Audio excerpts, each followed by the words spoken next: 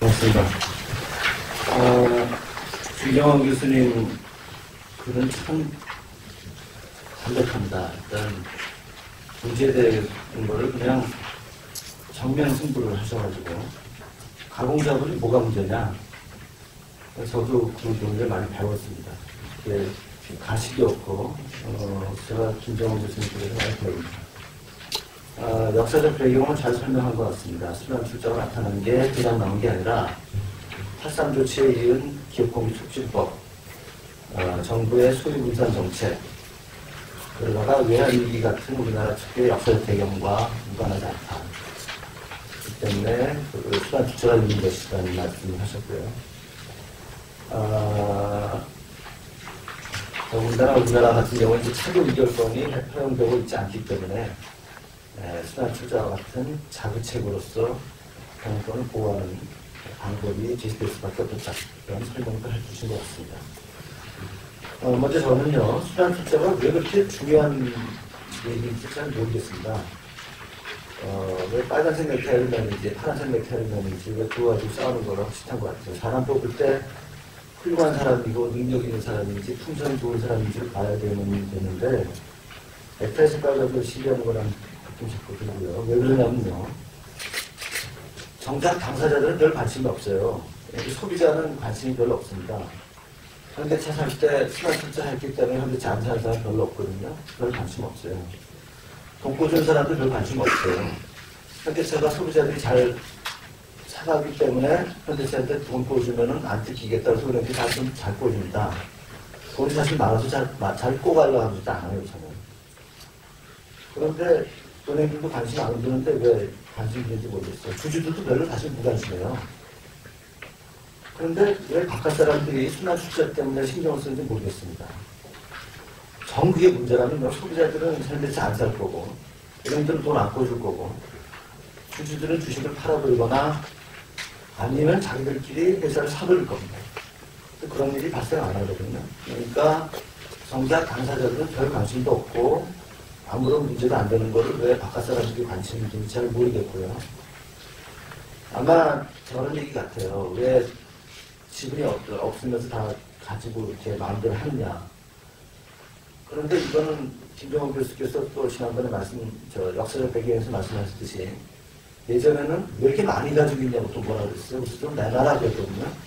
근데 내놨더니 또 왜 적게 가지고 있냐고 또 뭐라 그러더라고요. 뭐라고 왜 이렇게 하는지는 모르겠습니다. 예전에 어떤 분이 이런 말씀하신 거 저기 기억이 납니다. 우리나라 바둑하고 일본 바둑하고 차이가 우리나라 바둑이 이제 굉장히 지금은 훨씬 자체가 일본 바둑보다 일본 바둑은 모양을 이쁘게 가져온다는 얘기입니다. 호석이라든지 모양을 되게 이쁘게 가져오는데 우리나라 바둑은 모양은 안 보이세요. 무조건 끊고 자르고 싸움하고 이창호라든지 그런 바둑. 경쟁력이 있으면 됐지 왜 자꾸 모양을 따지냐는 얘기죠. 현대차 잘 팔리고 물건 잘 만들면 됐지. 그리고 물건 잘 안 되게 되면 잘 못 만들게 되면 그거 가지고 벌 주면 됐지. 왜 자꾸 모양을 따지냐는 얘기죠. 다 그 나라 상황이 있고 나름대로의 법적 제도적 장치가 있기 때문에 거기서 맞게 살아가기 위해서 이런 장치를 마련하는 건데 왜 바깥 사람들이 이렇게 하는지 모르겠습니다.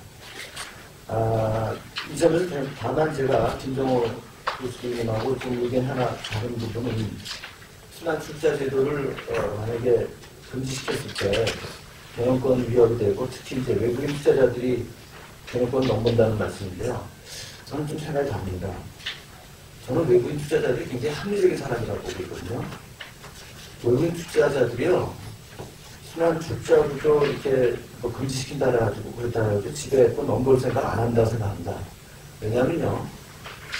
지금도 지배권 관심 있으면 외국인 투자들 다 가져갈 수 있어요.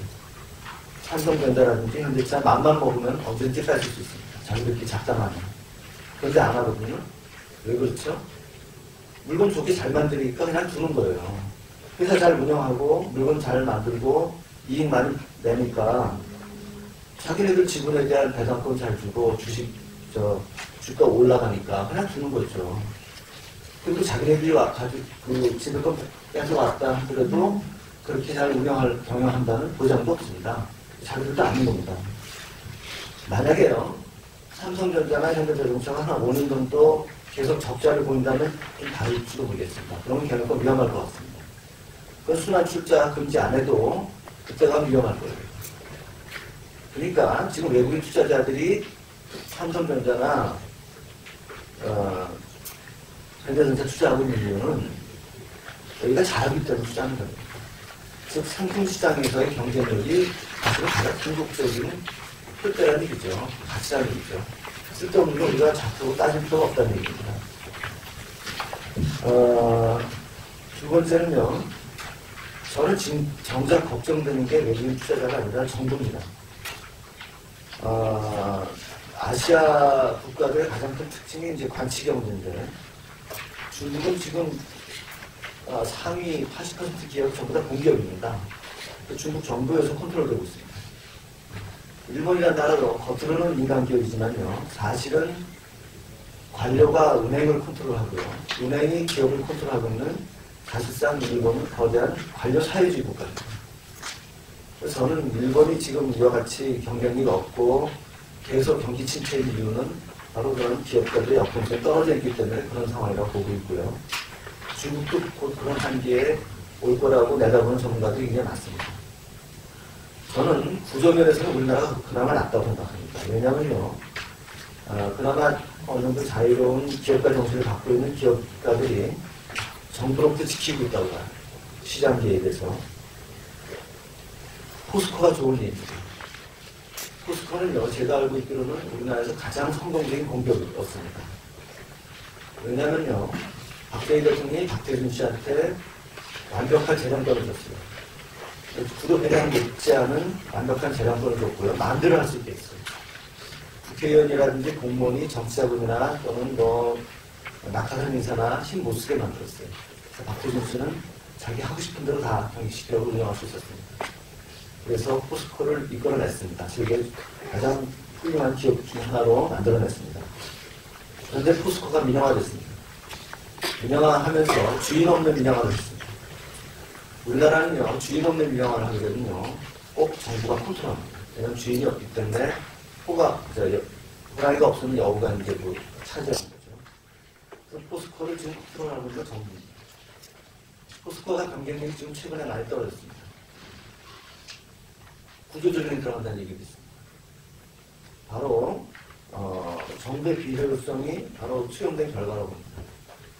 저는 가장 두려운 결과가 바로 이와 같은 것이고 일본식 경기 침체가 만약에 순환 출자가 금지가 된다면 우리나라 기업이 주인을 잃어가게 되면 일본식 경기 침체가 나타나지 않을까 그런 걱정입니다.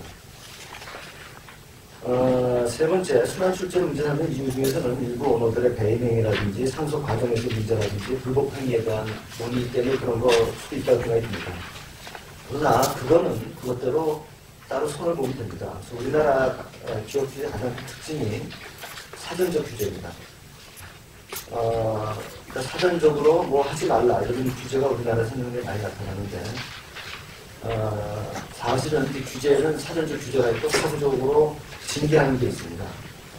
예를 들어서 지금 우리나라 기업 규제 대표적인 게 출자총액 제한제 지금은 없어졌습니다만은 아마 정권 누가 대통령이 되든 간에 출자총액 제한은 나타날 가능성이 있을 가능성도 있는데 채용보증 제한이라든지 금융보험사 의결권 제한이라든지 또는 분산비리라든지 이처럼 대부분 기업 집단 규제에 대한 상당히 많은 부분이 사전적 규제입니다.